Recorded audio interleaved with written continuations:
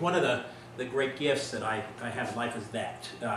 To get up every day. If you'd have told me 20 years ago that at this point in my life I'd work as hard as I work now, this was supposed to be the time when Rose and I were just going to kick back, play with the grandkids, and just enjoy life. And this is the hardest I've ever worked ever in my life. More hours, but it's not work. When you get to do this and you get to be with people that you love and care about, all of you, every single day, what a gift that is. So it's really not work for us, for any of us, and we feel that way. So let me just take a couple of minutes and just share a few key points with you. But one of the things, we gave Billy the credit for the book. One of the challenges growing up, Amber said, I wanted a sister, I didn't want a little brother. Billy tagged along everywhere her whole life. He used to make, she was a great athlete, and if they would lose a game, a championship game, Billy made trophies out of aluminum foil and gave them to all the members of her team because they didn't get trophies, and he just made them by hand. So he was like the mascot of every team that she played on. She was a cheerleader, and she'd go to cheerleader camp every birthday of his life until Amber got out of high school. Came around cheerleading camp. So we would take her to camp, we'd go pick her up after a couple of days, and every birthday for him were a group of cheerleaders, maybe 500 of them, singing happy birthday and carrying him around. It's been a big letdown ever since then, so we've never been able to top that in any birthday party. Maybe that's why you don't like birthdays as much anymore. But one of the things is that when you grow up with a sister that is Superwoman, Billy had to follow behind her in high school, at Riker Catholic High School in Waco, and her picture is everywhere. And she's in Sports Hall of Fame, the Academic Hall of Fame, she's in every Hall of Fame, and Billy has to go to that school. And there's no Hall of Fame for some of those things. Yes. Anyway, so so that was a whole lot of pressure because you always had to follow behind when you have to follow behind your sister. Then his best friend Shane goes to St. Edward's, the only school that Billy didn't want to go to because his sister was the presidential award winner, and a huge picture of her is as you walk into the school.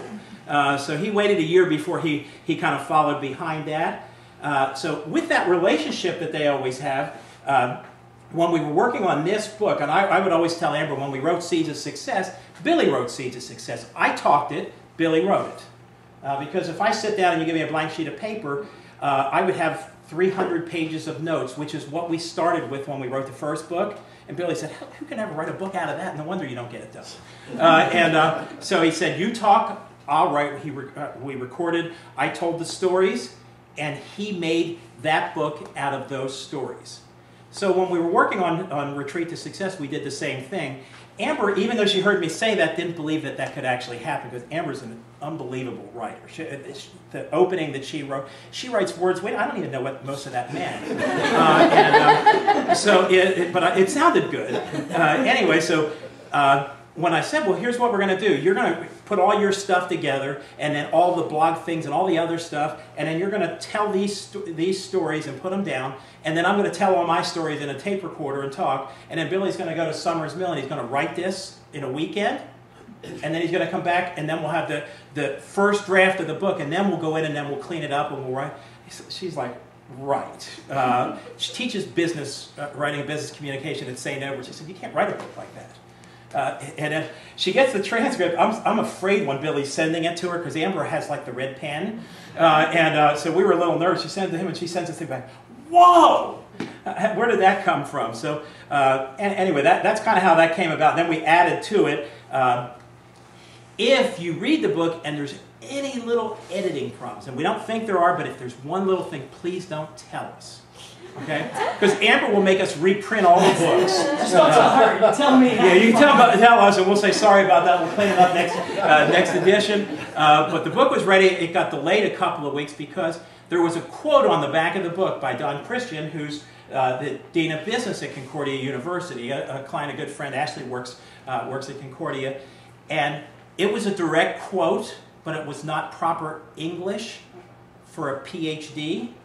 So Amber edited that, and it cost us $300 for a book that was ready to go to press, and 2 weeks later until the books could come out, just because she said, I don't think I can sleep at night. I don't think I... So the Superwoman character is good sometimes, sometimes not. Anyway, so as we look at how that came about, it's amazing to me to see it. Let me tell you a little history. When we were talking about the book, Billy and I, with the first book, we traveled, we spoke to thousands of men at men's conferences, lots of other people, and some of you, if you've been around here, you probably kept saying, I hope they get another book, I'm tired of hearing about that.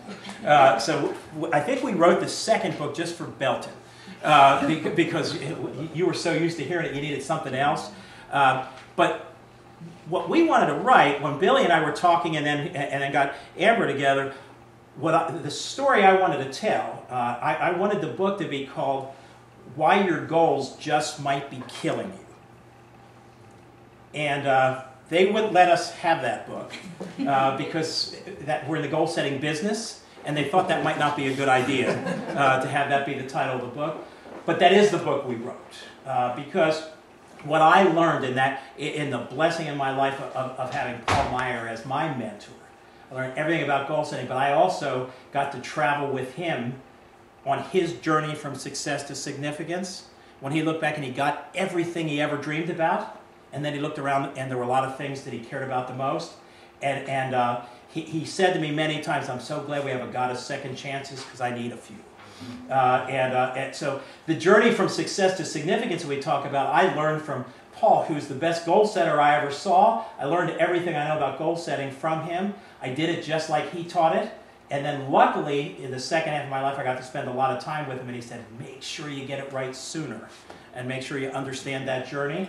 So, and that's what I wanted to pass on. So when I hear that their character, the high achiever and all that, they got that from me. Luckily, I married up. And Rose always would say, let's just slow down a little. Why don't we just go with the flow? Let's go away for a little bit on retreat. And that's why Summer's Mill is so special. We'd come here, and she'd say, let's just walk around and talk. Aren't the flowers beautiful? And I'm going, yeah. I'm kind of going like that. Yeah, they are. I'm kind of peeking at that because my personality just goes that way. So that helped, but it also helped seeing somebody who understood, and he passed that on. That's the best gift I got from him was learning about the second half and getting that right. Billy, as the young gun, is getting it in the first half, and that's the great opportunity. That's what we wanted to share. So what I want you to do, when we talk about different gifts, Billy can take this much stuff and make it this much stuff. That's what he does for us. So he can take 300 pages of things and make it 50 pages, better than almost anybody I've ever seen. Amber is one of the most talented writers, and she visualizes things, and she kind of lays it all out. I only have one gift. I tell stories. That's the only thing that I can do. So if you've ever been around me, you know that everything I do is through stories. And I hardly ever even have to borrow anybody else's stories because I've screwed up so many times that I have enough stories to last forever.